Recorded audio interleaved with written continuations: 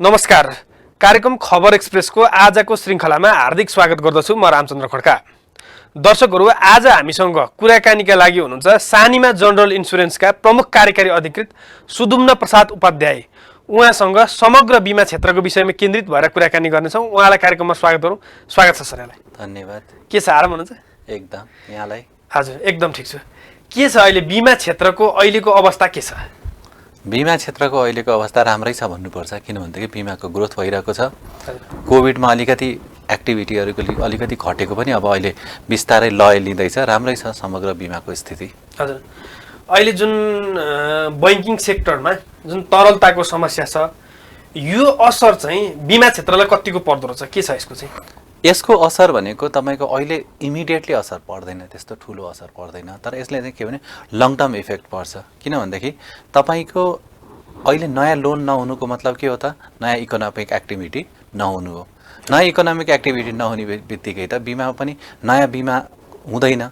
त्यसले गर्दा त्यो मार्केट जुन चाहिँ मोर्टगेजको ब्याङ्कको लोनको मार्केटबाट जुन बिमा बजारको विस्तार हुन्थ्यो, जुन चाहिँ बिमाको पहुँच बढ्थ्यो, त्यसमा चाहिँ अहिले छोटो अवधिको लागि चाहिँ अलिकति स्लो डाउन भएको। तर त्यसले समग्र बजारमा चाहिँ त्यसले इफेक्ट पार्दैन। किनभनेदेखि अहिले अब त्यो सेक्टरलाई बाट जुन जति बिमा बढ्नुपर्ने नबढ्ने पनि कृषिको बिमा बढ्दैछ। त्यसपछि अहिले पूर्वाधारहरूको जुन विकासको कन्ट्र्याक्टहरू भइरहेको छ, त्यसले गर्दा त्यो सेक्टरमा बिमा बढेको कारणले गर्दा समग्र बिमामा चाहिँ त्यसले इफेक्ट पार्दैन। तर सेगमेन्ट वाइज हेर्ने भने अभियसली सेगमेन्ट वाइज त असर पार्छ नै। हजुर, यो देशको आर्थिक क्षेत्रलाई चलायमान बनाउनको लागि चाहिँ बिमा क्षेत्रको भूमिका कस्तो हुन्छ? एकदमै ठुलो हुन्छ बिमाको भूमिका। किन ठुलो हुन्छ त भने आर्थिक क्षेत्रलाई चलायमान बनाउनको लागि जुन चाहिँ सेक्युरिटी दिने हो, त्यो त बिमाले दिने हो नि त। किनभनेदेखि तपाईँको कसैले पनि प्रोजेक्ट बनाउनुहुन्छ भने त्यो प्रोजेक्टमा जहिले पनि प्रोजेक्ट बनाउनेले के सोचेको हुन्छ न, पोजिटिभ एस्पेक्ट सोचेको हुन्छ। ल, मैले प्रोजेक्ट बनाउँछु, त्यसपछि त्यो प्रोजेक्टबाट म यति रिटर्न लिन्छु, यसबाट यति इकोनोमिक एक्टिभिटी बढ्छ भन्ने कुरा हुन्छ भने त्यसको स्टेबिलिटीको लागि चाहिँ त बिमा नै हो ब्याकबोन भनेको। किनभनेदेखि प्रोजेक्ट एउटा एम्बिसनमा गरेको हुन्छ, तर त्यो एम्बिसनमा यदि कुनै भवितव्य भयो भने त त्यसले त त्यो प्रोजेक्टमा चाहिँ एउटा स्लोनेस पनि ल्याउँछ, स्ल्याकनेस पनि ल्याउँछ। त्यसले गर्दा त त्यसको लागि चाहिँ सपोर्ट भनेको बिमा नै हो। त्यसले गर्दा समग्र आर्थिक क्षेत्र चलायमान गर्नको लागि बिमा जरुरी नै हुन्छ। र त्यो पहिला पनि जरुरी थियो, अबको दिनमा पनि जरुरी नै हुन्छ। त्यसमा त कुनै डाउटै राख्नु पर्दैन हामीले। आजको दिनमा नेपालले चाहिँ यो भूमिका कसरी खेलिरहेको छ बिमा क्षेत्रबाट? हामी जहिले पनि नेपालको बिमाको पहुँच नराम्रो छ, हामी त्यति सक्षम छैनौँ भनेर चाहिँ भन्छौँ। तर म चाहिँ मेरो आफ्नो व्यक्तिगत धारणामा चाहिँ हामी बिमा क्षेत्रमा धेरै अगाडि छौँ जस्तो लाग्छ मलाई चाहिँ। हामी अगाडि के मानेमा अगाडि छौँ जस्तो लाग्छ भने हामीले हेर्ने बेलामा फर्स्ट वर्ल्ड वा डेभलप्ड इकोनोमीको हेर्ने होइन कि हाम्रो जस्तो इकोनोमी भएको कन्ट्रीमा बिमाको दायरा कस्तो छ, बिमाको अवेरनेस कस्तो छ, बिमाप्रतिको व्यक्तिगतमा बनाउन आम पब्लिक सर्वसाधारणको धारणा कस्तो रहेछ र हाम्रो बजारमा त्यसको प्यारामिटर के छ भन्ने कुराले इभ्यालुएसन गर्ने हो। हामीले चाहिँ एउटा डेभलप कन्ट्री, आर्थिक रूपमा एकदमै समुन्नत कन्ट्रीको बिमाको दायरासँग हाम्रो दायरा तुलना गर्ने होइन कि समग्र रूपमा हाम्रो जस्तो अर्थतन्त्र भएको चाहिँ देशहरू छ भने त्यस्तो देशको बिमाको दायरा कस्तो छ र हामी कुन लेभलमा छौँ भन्ने कुरा इभ्यालुएसन गर्दा म चाहिँ एकदमै सन्तोषजनकै पाउँछु। हजुर, यो अन्य देश र हाम्रो देशको तुलना गरेर हेर्दा यसमा मिल्छ मिल्दैन, अब कुन देशसँग मिल्छ त्यो त मलाई थाहा छैन होइन। यहाँले चाहिँ हेर्दाखेरि अन्य देशको तुलनामा हेर्दाखेरि नेपालको अवस्था के छ र हाम्रोमा भएको फरक चाहिँ के हो? होइन, हामी प्रोएक्टिभ छौँ। एउटा कुरा, सबभन्दा ठुलो कुरा चाहिँ एउटा एकदमै पोजिटिभ पक्ष भन्ने कुरामा चाहिँ हामी कम्पनीहरू पनि प्रोएक्टिभ छौँ, रेगुलेटर पनि प्रोएक्टिभ छौँ। हामीले जहिले पनि के गरिरहेछौँ भन्दा बिमामा नयाँ नयाँ सोच के गरेर अगाडि बढाउन सक्छौँ भन्ने कुरामा चाहिँ जहिले पनि त्यो चिन्तन मनन हामीले गरिरहेको छौँ होइन। त्यो लेभलको चिन्तन मनन अरू देशहरू जुन हाम्रै जस्तो आर्थिक स्थिति भएको देशहरूको भन्दा हाम्रोमा चाहिँ अलिकति सबैतिरबाट चाहिँ अलिकति प्रोएक्टिभनेस नै छ जस्तो लाग्छ मलाई। किन अब हामी पनि विभिन्न सेमिनारहरू गोष्ठीहरूमा पनि गइरहेको हुन्छौँ। बिमा क्षेत्रसँग सम्बन्धित अरूतिरको चाहिँ एक्जिक्युटिभहरूसँग पनि हाम्रो बराबर कुराहरू पनि भइरहेको हुन्छ र त्यहाँको जनरल अवेरनेस त्यहाँको मार्केटको एउटा फिल पनि हामीले गर्दा चाहिँ हाम्रो मार्केटको पनि त्यस्तो नराम्रो छैन र हामीले पोलिसी वर्डिङको हिसाबले भनौँ न बिमाको करारको हिसाब गर्ने भने हाम्रो करारहरू हामीले कम्पेयर गरेर हेऱ्यो भने अरू देशको करारभन्दा हाम्रो करार चाहिँ त्यस्तो विक जस्तो छैन सबै कुरामा चाहिँ हामीले अलिकति राम्रै नै करारहरू छ र फेरि हाम्रोमा के छ त भने समयअनुसार चेन्ज पनि त भएको छ नि जस्तो भनौँ न प्रपर्टी इन्सुरेन्समा पनि चेन्ज भयो त्यसपछि मोटर इन्सुरेन्समा पनि हरेक 2-3 वर्षमा चेन्ज भइरहेको हुन्छ कृषि बिमाहरूमा पनि विभिन्न प्रडक्टहरू टाइमली आइरहेको हुन्छ त्यसमा एउटा रिभ्यूहरू भइरहेको हुन्छ त्यसमा चेन्जेसहरू भइरहेको हुन्छ भनेपछि त्यस्तो बजार प्रोएक्टिभ नभएको होइन एकदम त भनौँ न स्लो मार्केट होइन किन भन्दाखेरि हामीले एउटा के बुझ्नुपर्छ भने हाम्रो रियालिटी मार्केटको साइज पनि बुझ्नुपर्छ र त्यो मार्केट साइज र त्यो रियालिटीमा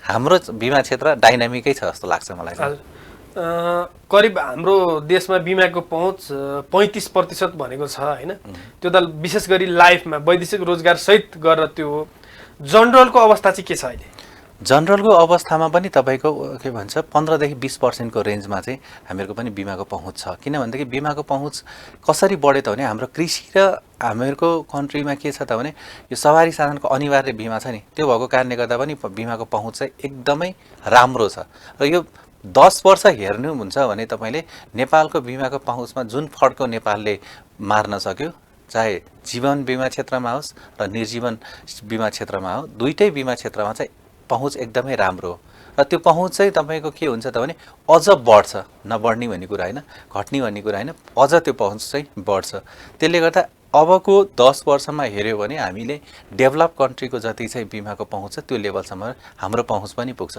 किन हाम्रोमा बिमा कस्तो भइदियो त भने सामान्य व्यक्तिदेखि लिएर चाहिँ एउटा चाहिँ समाजको उच्च वर्गसम्म पनि बिमाको पहुँच पुगेको छ र त्यो भनेको त एकदमै राम्रो कुरा हो नि आज के देखिन्छ भने कति कम्पनीका सिइओहरू हैन एउटा मार्केटिङको अफिसर जस्तो बिजनेस खोज्न हिँडिरहेको दौडिरहेको देखिन्छ हैन के कारणले यस्तो भयो यो आवश्यकता हो होइन यस्तो हो मार्केट बिजनेस खोज्नको लागि हिँड्नु आफैमा नराम्रो कुरा त हो जस्तो लाग्दैन मलाई किनभनेदेखि एउटा नेतृत्व तहबाट नै त्यो लेभलको पेनिट्रेसनको लागि चाहिँ फोकस भएर मार्केटिङ गरेर हिँड्यो भने त त्यसले त बजारको विकासै हुन्छ नि होइन र हजुर हैन भन्न खोजेको चाहिँ जस्तो बिमा गर्न त म आफै तपाईकोमा जाने हो नि तपाई आफै बिमा गर्नु पर्यो भन्दै भन्दै हिँड्नु भन्दा हैन बिमा जसलाई चाहेको हो त्यो लिन जाने हो नि त्यो वातावरण किन भएन भन्न खोजे हैन त्यो वातावरण भनेको के हो त भने अब निर्जीवन बिमाको भनेको हाम्रो निर्जीवन बिमा पुसेल होइन यो चाहिँ सेल्फ क्रिएटेड नै हुन्छ धेरै जस्तो चाहिँ जस्तो मोर्टगेज भयो भने बिमा हुनु पर्यो परियोजना भयो भने बिमा हुनु पर्यो सवारी साधन भयो भने बिमा हुनु भयो त्यसले गर्दा फोर्स मार्केटिङ त होइन जस्तो लाइफमा चाहिँ के भने you have to create the market भन्छ नि तपाईले बिमा पहिला चाहिँ जरुरी छ भनेर बुझाउनु पर्यो त्यसपछि तपाईँ कहाँ बिमा गर्न आउने हो नि जनरलको चाहिँ धेरै सेगमेन्टमा चाहिँ त्यस्तो होइन जनरलको चाहिँ हरेक क्षेत्रमा बिमा गर्नुपर्ने हुन्छ तर कुन कम्पनी चुज गर्ने भन्ने कुरा मात्रै फरक कुरा हो होइन तर पनि अब के हुन्छ त भने अब हामी कहाँ 20वटा बिमा कम्पनी छ निर्जीवन बिमा भनेपछि अब हरेकले एउटा मार्केट साइज लिनु पर्यो त्यो कारणले गर्दा अभियसली अब मार्केट साइज लिनको लागि आफूतिर चाहिँ एउटा मार्केटको एउटा पेनिट्रेसन बढाउनको लागि मार्केट साइज बढाउनको लागि मेहनत नगरी त केही पनि हुँदैन र त्यो मेहनतले के गरिरहेको छ भने बजार विकास गर्न पनि त मद्दत गरिरहेको हुन्छ नि त बिमा क्षेत्र अबको दिनमा कसरी अघि बढ्नुपर्छ बिमा क्षेत्र अबको दिनमा कस्तो हुन्छ त भने तपाईको अब हामी एक लेभलमा जुन ट्रेडिसनल बिमाको जुन एक्टिभिटीहरू छ त्यो एक्टिभिटीमा हामी लगभग एक रेन्जमा पुगिसक्यो भनेपछि अबको हाम्रो भनेको जुन डिजिटल युगमा जसरी चाहिँ यो कोभिड पछि ब्याङ्किङ क्षेत्र प्रवेश गरेको जस्तै हाम्रो बिमा क्षेत्रलाई पनि डिजिटल युगमा प्रवेश गराउने र टेक्नोलोजी म्याक्सिमम युज गरेर सकेसम्म पेपरलेस एक्टिभिटीहरूमा बढाउने अवस्था चाहिँ ल्याउनु पर्छ जस्तो लाग्छ मलाई किनकि बिमामा अहिले पनि हामीले के भन्छौँ भने हामी कुनै पनि आजको दिनमा तपाईले जनरल इन्स्योरेन्समा हेर्नुभयो भने 200 देखि 300 जना कर्मचारीहरू मिड रेन्जको कम्पनी ठुलो कारोबार गर्ने कम्पनी भन्दा पनि सामान्यतया हेर्ने भने 200 देखि 250 जना कर्मचारी राखेर हामीले बिमा गरिरहेको छौं एकतिर भन्दा होला त्यसले केही न केही रोजगारी बढाइरहेको छ होला तर चाहिँ हामीले टेक्नोलोजी युज नगरेको कारणले गर्दा चाहिँ हामीले त्यो जति म्यान पावर राखिरहेको छ त्यो म्यान पावर भनेको चाहिँ हामीले एक्सेस म्यान पावर राखेर काम गर्नुपर्ने अवस्था छ भने त्यो अवस्थालाई हामीले डिजिटल युगमा प्रवेश गरायो भने बिमाको क्षेत्र पनि बढाउन सकिन्छ र यही म्यान पावरले आजको भोल्युम होइन कि आजको भन्दा डबल भोल्युमसम्म पनि बिमाको कारोबार गर्न सक्ने अवस्था हुन्छ। तपाईँ अब एउटा एक्जाम्पल लिउँ न, अब मोटर बिमा गर्नको लागि चाहिँ आर्टिफिसियल इन्टेलिजेन्सले तपाईँले आफूले प्रपोजल फर्म डिजिटल्ली भरेर मोटरको बिमा गर्न सक्ने अवस्था आयो भने कति तपाईँको म्यान पावर त घट्छ नि त, होइन? फर्म मात्रै भर्ने हो नि त मोटर बिमा चाहिँ, सबै डकुमेन्टहरू अपलोड गर्यो, फर्म भर्यो, त्यसपछि मोटर बिमामा बिमा समितिले तोकेको टर्म्स एन्ड कन्डिसन छ, त्यो टर्म्स एन्ड कन्डिसन चुज गरेपछि तपाईँले आफूले बिमा लेख पाउनुहुन्छ। क्लेमको लागि पनि अब जस्तो कति ठाउँमा हाम्रै अब छिमेकी मुलुक इन्डियामा पनि केही कम्पनीहरू पेपरलेस कम्पनीहरूको कन्सेप्टमा आइसक्यो भने हामीले पनि त्यो अवस्थातिर त लैजानुपर्छ नि। भने त्यस्तो प्रडक्टहरूलाई जहाँ चाहिँ ह्युमन इन्टरभेन्सन जरुरी हुँदैन त्यो प्रडक्टहरूलाई बिस्तारै डिजिटलाइज गरेर डिजिटल युगमा प्रवेश गर्यो भने हामीले बिमाको अझ योभन्दा पनि अझ राम्रो स्थितिमा चाहिँ हामी लैजान सक्छौँ। र त्यसको लागि हाम्रो टेक्निकल म्यान पावर पनि रेडी नै हुन्छ र त्यसपछि हामीहरूको अलिकति टेक्निकल सफ्टवेयरहरूमा अलिकति हामीले इन्भेस्ट गर्नुपर्ने हुन्छ। त्यसले गर्दा त्यति गाह्रो चाहिँ हुँदैन। भने चाहिँ अहिले अब बिमा क्षेत्रमा जसले डिजिटल उसमा प्रवेश गर्छ त्यसले चाहिँ पछिको बजारमा चाहिँ उसको वर्चस्व चाहिँ हुन्छ जस्तो लाग्छ मेरो व्यक्तिगत धारणा चाहिँ। हजुर, आजको दिनमा चाहिँ प्रविधिको प्रयोग कतिको भइरहेको छ? प्रविधिको प्रयोग भइरहेको छ, नभएको होइन, तर प्रविधिको प्रयोग चाहिँ हाम्रो ब्याकएन्डमा मात्रै भइरहेको छ कि कस्टमर इन्टरफेस गर्ने प्रविधिको प्रयोग त अहिलेसम्म पनि हामीले गरेको छैनौँ नि त, धेरै कम छ। भर्खर मात्रै बिमा समितिले अहिले ल्याएको डिरेक्टिभमा मात्र डिजिटल्ली पोलिसी इस्यु गर्न पाइन्छ भन्ने कुरा डिरेक्टिभ आइसकेपछि मात्रै अब हामीले डिजिटल्ली पनि पोलिसी इस्यु गर्न सक्ने अवस्था हो। त्योभन्दा अगाडि चाहिँ हामीले के भने प्रविधिको प्रयोग त गर्थ्यौँ, तर त्यो ब्याकएन्डको लागि मात्रै गर्थ्यौँ। कस्टमरको फ्रन्ट एन्डमा त हामीले प्रविधिको प्रयोग गरेर चाहिँ हामीले गर्न सक्दैन। आजको लागि पनि तपाईँले ट्राभल गर्नु पऱ्यो भने, मैले चाहिँ ट्राभल इन्सुरेन्स गर्नु पऱ्यो भने इन्सुरेन्स कम्पनीमा प्रपोजल भर्नु पऱ्यो, इन्सुरेन्स कम्पनीले पोलिसी बनाउनु छ, त्यसपछि तपाईँले त्यो पोलिसी पाउनुहुन्छ, पेमेन्ट गर्नु पऱ्यो, त्यो हिसाबले भइरहेछ। त्यस्तो मोटरको बिमा गर्नु पऱ्यो भने तपाईँले के गर्नु पऱ्यो भने कुनै इन्सुरेन्स कम्पनीमा कन्ट्याक्ट गर्नु पऱ्यो, इन्सुरेन्स कम्पनीले तपाईँलाई पोलिसी ल्याएर दिन्छ, फिजिकल्ली पोलिसी तपाईँले पेमेन्ट गर्नु पऱ्यो। सबै कुराहरूले चाहिँ के गर्ने, हामीले कस्टमरमा इन्टरफेस नगरिकन हामीले चाहिँ कम्पनीबाट नै त्यो सेवा दिइरहेको छ। तर अब मोटर बिमाको लागि आजको दिनमा के गर्न सक्ने अवस्था हुन्थ्यो त भने जस्तो प्रपोजल तपाईँले कम्प्युटरमै आफैले अनलाइन जुन हामीले फर्म भर्छौँ नि, त्यस्तै अनलाइन फर्म भरेपछि सेल्फ जेनेरेट भएर इन्सुरेन्स पोलिसी आउने अवस्था हो भने तपाईँले पेमेन्ट गर्नको लागि के छ त यत्रो पेमेन्ट गेटवेहरू छँदैछ, ब्याङ्किङ च्यानलबाट पेमेन्ट गर्न सकिहाल्नुहुन्छ इन्सुरेन्सको अकाउन्टमा। त्यो पेमेन्ट गेटवे इन्सुरेन्सको त्यो गेटवे युज गरेर पेमेन्ट पनि गर्न सकिन्छ, आफ्नो पोलिसी आफैले भरेर निकाल्न सक्ने अवस्था पनि त हुनसक्थ्यो नि त, होइन? त्यो त अहिले त भएको छैन। त्यो अवस्थामा चाहिँ हामी पुग्नुपर्ने हुन्छ। भनेपछि बिमा क्षेत्रमा डिजिटल रूपान्तरणको सम्भावना छ? एकदमै सम्भावना छ। अरूतिर प्रयोग पनि भएको छ, हाम्रोमा पनि अब बिस्तारै त्यसको प्रयोगतिर हामी पनि जानुपर्छ र गइ पनि रहेको छौँ हामी। हजुर, त्यसभित्र चाहिँ जस्तो दाबी भुक्तानीमा यस्ता कुराहरूमा केही समस्याहरू आउन सक्छ कि त्यो पनि सजिलै गर्न सकिन्छ? दाबी भुक्तानीमा पनि त्यस्तो ठुलो समस्याहरू आउँदैन। किन आउँदैन भने जस्तो तपाईँको प्राइभेट भेहिकलहरूको जनरली त्यस्तो भएपछि कस्तो हुन्छ भने सोरुमहरूसँग एग्रिमेन्ट भएको हुन्छ। तपाईँको सोरुमबाट जुन चाहिँ सवारी साधनको बिमा भएको छ त्यो त्यही सोरुममा अथराइज सोरुममा बिमा गरिसकेपछि एसेसमेन्ट गर्ने पनि त्यही नै हुन्छ। त्यो भएको कारणले गर्दा त्यस्तो समस्या, दाबीमा पनि त्यत्रो समस्या हुँदैन। अब भनौँ न अरू देशमा इभन इन्डियामा केही कम्पनीहरूले चाहिँ क्लेमको लागि सुद्धा पनि ह्युमन इन्टरफेरेन्स चाहिँदैन। तपाईँले चाहिँ अनलाइन क्लेम इन्ट्री गर्नुहोस्, त्यसपछि उसको ग्यारेजसँग एग्रिमेन्ट हुन्छ, सर्भेले त्यहाँ एसेसमेन्ट गर्छ, तपाईँलाई कम्युनिकेट गर्छ, तपाईँले डिस्चार्ज भाउचर पाउनुहुन्छ, पेमेन्ट पाउनुहुन्छ। त्यो अवस्थामा हाम्रै छिमेकी मुलुक जसमा र हाम्रो एउटा समाज र त्यहाँको समाजमा त खासै फरक त छैन नि त, त्यो समाजमा त त्यो प्रयोग भइसकेको छ भने हाम्रो समाज त झनै अवेर छ नि। हाम्रो समाजमा त झन् पब्लिक अवेरनेसको हिसाबमा त हाम्रो समाज पनि कम अवेर त छैन। त्यसले गर्दा त्यति गाह्रो छ जस्तो चाहिँ लाग्दैन मलाई। हजुर, बिमा क्षेत्रको विकास गर्न, बिमाको पहुँच अझ बढाउन अबको दिनमा कसरी काम गर्नुपर्छ? अबको दिनमा काम गर्ने भनेको के हुन्छ भने इन्सुरेन्स कम्पनीले पनि आफू अलिकति प्रोएक्टिभ भएर लाग्नु पर्यो र जुन हाम्रो रेगुलेटरले पनि त्यसलाई त्यो प्रोएक्टिभनेसलाई सपोर्ट गर्नु पर्यो। त्यो भने पहुँच बढाउन त्यति गाह्रो हुँदैन। किनकि पहिला तपाईँको हेर्नु भने बिमाको जनरल इन्सुरेन्सको ब्रान्च भनेको ठुलो सहरहरूमा मात्रै हुन्थ्यो र तपाईँले 10 वर्ष अगाडि हिसाब गर्नु भने हरेक कम्पनीको शाखा कार्यालयको सञ्चालन भनेको 10 देखि 20 वटा कार्यालयहरू मात्रै हुन्थ्यो। चाहिँ अहिले कम्पनीहरूको शाखा कार्यालयको सञ्जाल भनेको 50वटा 60वटा 70वटा भने चाहिँ शाखा कार्यालयको सञ्जाल पनि विकास भइरहेको छ। त्यसपछि टेक्नोलोजी अहिले इन्टरनेट भएको कारणले गर्दा धेरै जस्तो कम्पनीको पोलिसीहरू भनेको के भने वेब बेस्ड सफ्टवेयरबाट भइरहेको छ।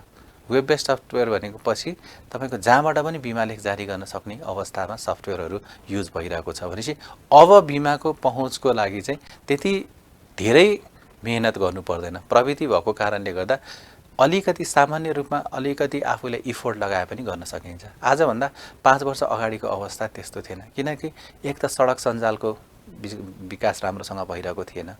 सडक सञ्जालको विकास भइसकेपछि पनि इन्टरनेटको पहुँच राम्रोसँग भइरहेको थिएन र इभन कस्तो हुन्थ्यो भने गाउँहरूमा वा चाहिँ कुनै ठाउँमा चाहिँ बिमा लेख जारी गर्नु पर्यो भने केन्द्रीय कार्यालय वा चाहिँ जस्तो ठुलो ठुलो सहरमा कार्यालय हुन्थ्यो, त्यो त्यहाँको प्रतिनिधिले गाउँको प्रतिनिधिले के गर्नु पर्थ्यो भने उसले बिमाको लागि प्रस्ताव फारम त्यो सहरमुखी शाखा कार्यालयमा पठाइसकेपछि त्यो शाखा कार्यालयबाट बिमा लेख जारी भइसकेपछि पुग्ने बेलामा तपाईँको 1 महिनाको समय लाग्थ्यो होला। आजको दिनमा त लाइभ हुन्छ, आजको दिनमा त त्यसलाई 1 महिनाको समय लाग्दैन, इन्स्ट्यान्टली तपाईँले जहाँसुकैबाट पनि गर्न सक्नुहुन्छ भने अब पहुँच बढाउन त्यति गाह्रो छैन पहुँच बढाउन। तर अब के अवस्थामा चाहिँ हामीले के छ भने कहिलेकाहीँ ओभर क्राउडेड भइसकेपछि पनि त्यसले चाहिँ नेगेटिभ मार्केटिङ पनि गर्छ भने चाहिँ हामीले के चाहिँ सोच्नुपर्ने छ भने एउटा गइसकेको ठाउँमा बजार कत्रो छ त्यो अनुसार अर्को कम्पनीले त्यो बजारमा पेनिट्रेसन गर्यो भने चाहिँ त्यसले पहुँचमा राम्रो एउटा रोल खेल्न सक्छ। तर हामी के भने आफै भिड गऱ्यो भने त त्यसले गर्दा त केही पनि हुँदैन नि। किन भिड हुँदैन भने every company will be making loss र कस्टमरले पनि जुन जुन बेनिफिट पाउने त्यो बेनिफिट पाइरहेको हुँदैन। ओभर क्राउडेड मार्केट भनिन्छ नि, ओभर क्राउडेड भएपछि त्यसको असर त हरेक व्यापारमा त्यही नै हो। If market is over crowded त्यसले चाहिँ असर चाहिँ पार्छ नै। अहिले बिमा क्षेत्रको नियमनकारी निकाय बिमा समिति होइन, बिमा समितिको भूमिकालाई चाहिँ यहाँले कसरी हेर्नुभएको छ? होइन, बिमा समितिको भूमिका एकदमै राम्रो छ, त्यसमा कुनै पनि छैन, डाउट छैन। हामीले अहिले जुन बिमा समितिले जुन डिरेक्टिभहरू आइरहेको छ, जुन हिसाबमा चाहिँ बिमा समितिले पनि प्रोएक्टिभ भएर चाहिँ उहाँहरूले डिरेक्टिभहरू इस्यु गरिरहनु भएको छ, निर्देशनहरू जारी गरिराख्नु भएको छ। त्यो निर्देशनहरूले चाहिँ बिमा बजारलाई विकास र विस्तारको लागि चाहिँ हामीले पक्कै पनि त्यसले चाहिँ पोजिटिभ लिन्छ। तर अब कहिलेकाहीँ कस्तो हुन्छ त भने बजार एक ठाउँबाट प्र्याक्टिकल्ली बजार अर्को उसमा हिँडिरहेको बेलामा चाहिँ एकैचोटि डाइरेक्टिभ आउँदा केही समय चाहिँ त्यसको ग्याप जस्तो देखिन्छ। तर जुन आइरहेको छ त्यो डिरेक्टिभले चाहिँ लङ टर्ममा चाहिँ एउटा बिमालाई कर्पोरेट गभर्नेन्सको कुरा होस्, बिमाको डिरेक्टिभ्सको कुरा होस्, बिमाको टर्म्स एन्ड कन्डिसन्सको कुरा होस्, त्यो कुरामा चाहिँ यसले चाहिँ अगाडि बढाउँछ, बिमा बजारको विकास गर्न मद्दत पुर्याउँछ। र म चाहिँ यहीँबाट पनि के आग्रह गर्छु भने रेगुलेटरलाई पनि के गर्नु पर्यो भने डिरेक्टिभ आइसकेपछि त्यसमा प्र्याक्टिकली केही डिफिकल्टी छ भने त्यसलाई चाहिँ छिटो एमेन्डमेन्ट पनि टाइममा हुनु पर्यो। डिरेक्टिभ आएको एकदम राम्रो छ, तर त्यसमा कुनै एउटा प्र्याक्टिकल्ली केही प्रब्लम आयो त्यसको एमेन्डमेन्ट पनि टाइममा भइदियो भने यसले अझ बढी विकास गर्न चाहिँ मद्दत गर्छ। हजुर, अहिले बिमा समितिले बिमा कम्पनीहरूको चुक्ता पुँजी बढाएको छ होइन, यो चाहिँ दुई थरी कुरा छ। एक थरीको यो अहिलेको आवश्यकता होइन भन्ने छ, अर्को थरी भने यसलाई त बिमाको क्षेत्रलाई नि झन् राम्रो काम गर्छ यसले पुँजी वृद्धिले भन्ने कुरा छ। यहाँले चाहिँ यसलाई कसरी हेर्नुभएको छ? बिमाको क्षेत्रलाई पुँजी वृद्धिले राम्रै काम गर्छ, किनभनेदेखि जब तपाईँसँग क्यापिटल हुन्छ भने तपाईँले बिमा गराउनको लागि तपाईँको रिटेन्सन क्यापेसिटी बढी हुन्छ। रिटेन्सन क्यापेसिटी बढी हुनु भनेको कुनै पनि बिमा कम्पनीको लागि राम्रो कुरा हो। जस्तो कि आजको दिनसम्म पनि हामीले के गरिरहेको छ त भने जुन रिइन्सुरेन्समा अहिलेसम्म पनि हामीले हरेक बिमा लेखको, मैले एउटा इक्जाम्पलको रूपमा मात्र लिइरहेको छु, हरेक बिमा लेखको प्रिमियम चाहिँ रिइन्सुरेन्स कम्पनीलाई सेयरिङ गर्ने अवस्थाको हाम्रो रिइन्सुरेन्स ट्रिटीहरू छ।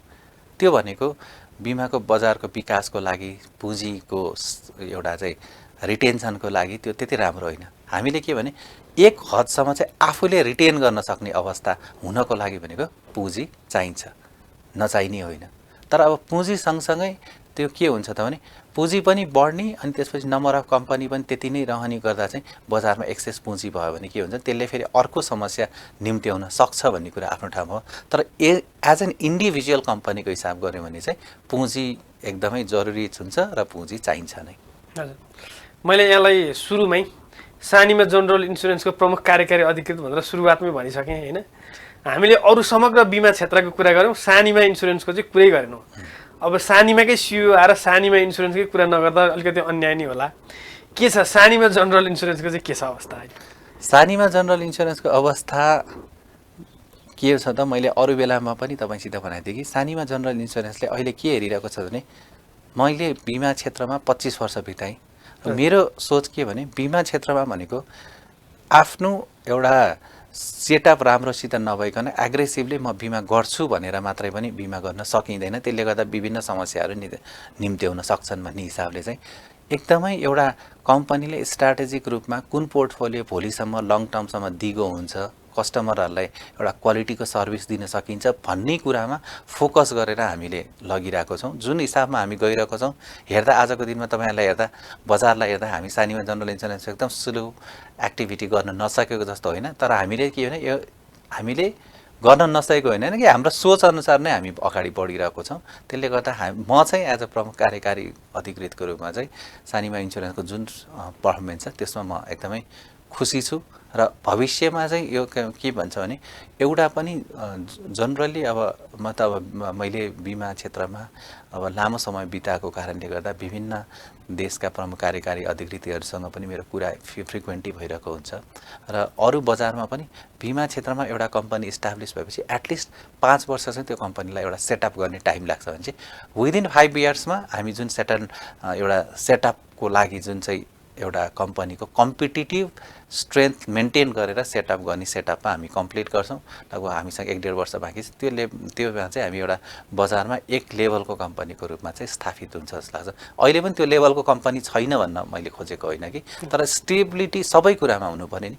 म्यान पावर पनि त्यही अनुसार हुनु पर्यो, बजारमा पहुँच पनि त्यही अनुसार हुनु पर्यो, प्रविधिको प्रयोग पनि त्यही अनुसार हुनु पर्यो। मैले समग्र रूपमा कम्पनीको सेटअप गर्नको लागि भन्न खोजिरहेको प्रिमियम मात्रै कम्पनीको सेटअप होइन, टप लाइन मात्रै कम्पनीको सेटअप होइन। कम्पनीको सेटअप भनेको के हो भने हरेक स्टेक होल्डरलाई सेटिस्फाई गर्ने चाहिँ एउटा कम्पनी हो। हरेक स्टेक होल्डरमा चाहिँ कर्मचारी पनि सेटिस्फाई हुनु पर्यो, त्यहाँ उनी लगानीकर्ता पनि सेटिस्फाई हुनु पर्यो, रेगुलेटर पनि सेटिस्फाई हुनु पर्यो र समग्र क्षेत्रले नै त्यसलाई सेटिस्फाई टु सम एक्सटेन्ट वा टु ग्रेट एक्सटेन्ट चाहिँ त्यो सेटिस्फ्याक्सनको लेभलसम्म चाहिँ यसलाई यो कम्पनीले ठिकै गरेको छ भन्ने कुरामा चाहिँ एउटा आशा लाग्दो अवस्था हुनु पर्यो जस्तो चाहिँ मलाई लाग्छ र त्यो नै बनाउने प्रयासमा म छु। अब तपाईँहरू नयाँ कम्पनी पनि, अब बिमा समितिले तोकेको चुक्ता पुँजी कसरी पुर्याउनुहुन्छ तपाईँहरू? अब चुक्ता पुँजी त अब बिमा समितिले तोकेपछि हामीले नपुर्याउने भन्ने कुरा पक्कै पनि हुँदैन, हामीले पुर्याउनै पर्छ। किनकि रेगुलेटरले जब डिसाइड गरेपछि हामीले नपुर्याउने भन्ने कुरा त हुँदैन। अब चुक्ता पुँजी पुर्याउनेमा चाहिँ जस्तो अरू कम्पनीलाई जुन विकल्प छ हामीलाई पनि त्यो विकल्प छँदैछ होइन। हामी पनि अरू कम्पनीसँग चाहिँ सल्लाह गरेर मर्जरमा पनि जान सक्छौँ। त्यसले गर्दा त्यो विकल्प सबै विकल्प खुला गरेर चुक्ता पुँजी बढाउनै नै पर्छ भन्ने पक्षमा चाहिँ सानीमा इन्सुरेन्स रहन्छ। यो जुन समय दिएको छ बिमा समितिले, यो समय चाहिँ अपुग हुन्छ भन्ने कुरा छ, यो समय पर्याप्त हो कि होइन? अपुग हुन्छ पर्याप्त होइन भन्ने कुरा हामीले कति इफोर्टमा काम सिद्ध्याउँछौँ भन्ने कुराले हो। तर एउटै कुरा चाहिँ के भने एजिएमहरू गर्नको लागि टाइम लाग्यो भन्ने चाहिँ हाम्रो अपुग हुने हो होइन। त्यसले गर्दा अहिले प्रयास गर्दै गऱ्यो भने अब त्यो चाहिँ भविष्यमा मात्रै भन्न सक्ने कुरा हो कि अपुग हुन्छ हो वा हुँदैन भन्ने कुरा। प्रोएक्टिभ भएर अहिलेदेखि नै हामी लाग्यो भने कुनै कसैको लागि त्यो समय पर्याप्त पनि होला, कसैको लागि त्यो समय अपुग पनि होला। त्यो भनेको एउटा कम्पनीको आफ्नो नितान्त एउटा कम्पनीको डिसिजनको हिसाबमा चाहिँ एउटा सानीमा इन्सुरेन्स आजको दिनमा सानो कम्पनी नयाँ कम्पनी भयो भने हामी रेगुलेटरको कम्प्लायन्स हामी चाहिँ गर्न सक्छौँ जस्तो लाग्छ हामीलाई चाहिँ। यो व्यस्त समयमा नि कार्यक्रममा आइदिनु भयो, म यहाँलाई धेरै धेरै धन्यवाद दिन चाहन्छु। धन्यवाद। तपाईँले मलाई बोलाएर मेरो ओपिनियन दिनको लागि बिमाको क्षेत्रमा के भइरहेको छ भन्ने कुरामा मेरो ओपिनियन दिनको लागि तपाईँले आज मलाई बोलाउनु भयो, त्यसको लागि म हार्दिक आभार व्यक्त गर्न चाहन्छु। धन्यवाद। Thank you.